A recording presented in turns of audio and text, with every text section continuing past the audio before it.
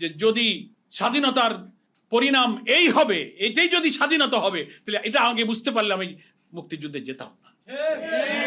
বাংলাদেশের গণমাধ্যম সাক্ষী। ফলে এই চেতনার ফেরি যারা করে বেড়াচ্ছেন, আমি তাদেরকে বলবো যে আপনারা আপনাদের রাজনৈতিক স্বার্থে, ক্ষমতার স্বার্থে এই দেশটাকে দিল্লির তাবেদার বানিয়ে তার কাছে বিক্রি করার জন্যই আপনারা কিন্তু চুক্তিবদ্ধ হয়েছিলেন তদানীন্তন দিল্লির কাছে। এইটা সেদিন বাংলাদেশের প্রকৃত স্বাধীনতা অর্জিত হয়নি। যে কারণেই 24 জুলাইয়ের ছাত্র গণ অভ্যুত্থানের বাংলাদেশের কোটি কোটি মানুষ স্বস্তির সুরে বলেছে এটাই হচ্ছে আমাদের দ্বিতীয় স্বাধীনতা। অর্থাৎ সাম্য, মানবিক মর্যাদা, সামাজিক সুবিচারের যে স্বপ্ন এবারই আমাদেরকে পূরণ করতে হবে। এই জন্যই এটাকেই সেকেন্ড ইন্ডিপেন্ডেন্ট বলা হয়েছে। প্রিয় ভাইরা আমার, আর একটা কথা আমি বলতে চাই যে স্বাধীনতা দিবসকে আমরা সম্মান করি, আমরা শ্রদ্ধা করি। 1979 সালে বাংলাদেশ জামাত ইসলামী নামে স্বাধীনতার পর প্রথম আমাদের যাত্রা শুরু।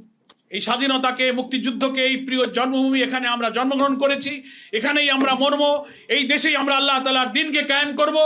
আমরা ইমানের প্রয়োজনে, ইসলামের প্রয়োজনে, মাতৃভূমির প্রতি ভালোবাসার প্রয়োজনে আমরা এই দেশকে ভালোবাসি, আমরা স্বাধীনতাকে ভালোবাসি।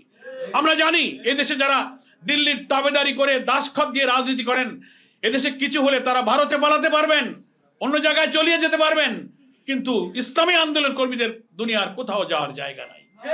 চারিদিকে আধিপত্যবাদী একটি রাষ্ট্র, একদিকে বঙ্গোপসাগর। ফলে যে ভূখণ্ডকে আমরা ইমানের দাবিতে আল্লাহ তাআলার দ্বীন বিজয়ী করার জন্য বেছে নিয়েছি, সেই ভূখণ্ডকে আমরা ইমানের কারণে, আদর্শিক কারণেই ভালোবাসি। এই কারণে আমরা মনে করি ইসলামই হচ্ছে আমাদের স্বাধীনতার আসল গ্যারান্টি। যারা ইসলামকে বিশ্বাস করবে, ইসলাম কায়েমের জন্য সংগ্রাম করবে, কমিটেড থাকবে, তারাই স্বাধীনতাকে ভালোবাসতে পারে। আর যারা ইসলাম বিরোধিতা করে, বিদেশি প্রভুদের দাসত্ব করবে, মানবীয় মতবাদের পক্ষে থাকবে, তারা এই দেশের প্রতি তাদের দেশপ্রেম আলটিমেটলি থাকতে পারে না।